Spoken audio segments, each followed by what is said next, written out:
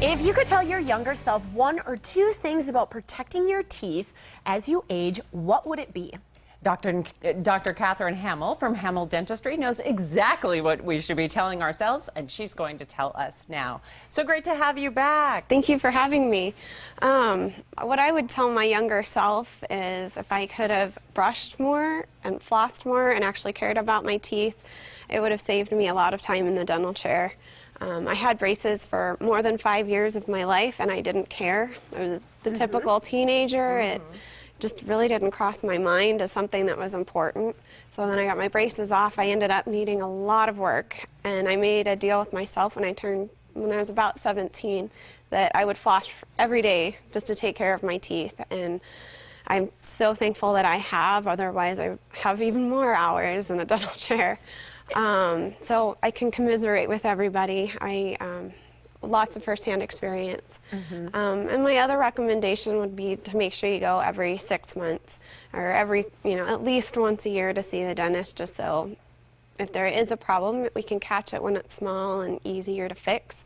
A lot more, not just save you time in the chair, but also save you a lot of money. And that's usually my goal, is to prevent any future problems. And if you kind of wait too long, or if you go off to college, remember whenever you come back to town to get your teeth cleaned.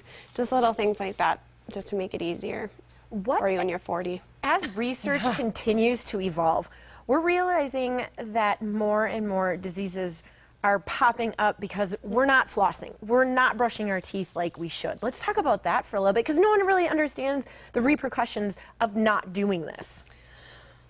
Well, I mean, you don't have to, but then you're going to end up with problems. Right. You don't have to floss. It's always an option. But it's kind of like general maintenance. Once you get into the habit of brushing properly, we usually recommend a Sonicare or an Oral-B, one of the electric toothbrushes. They move 300 times a minute, so you get a lot better clean. And then we recommend flossing and using an antibacterial mouth rinse. We also offer at my office a toothpaste that has more fluoride in it, just as something else that you can do at home as another step to protect and prevent future issues. So you have a special mouthwash, because I heard something recently that as an adult you can actually get bad breath if you're using a mouthwash that has a lot of alcohol in it. What? You can? You can have a problem with halitosis. What it actually is if that mouth rinse has the alcohol in it, and you're one of the many people in the world that has dry mouth. And dry mouth is something I'm seeing a lot more of, not just because we live in the desert, but a lot of medications, the blood pressure, the diuretics.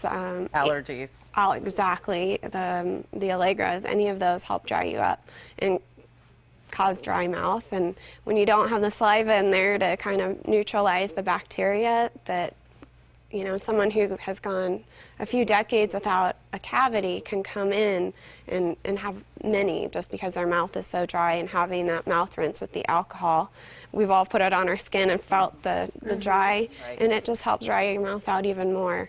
And they have other mouth rinses out there that don't kill the bacteria. So the key is you want an antibacterial, like a Listerine, Crest Pro Health. There's several of them out there on the market. What can we do if we do have dry mouth?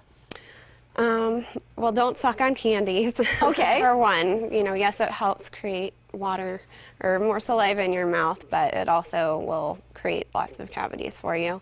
They've got different mouth lozenges, like Salice, Biotine. There's different rinses and little sprays that you can use that help keep your mouth moistened, which is actually very, very helpful for people even going through chemo as well. Okay.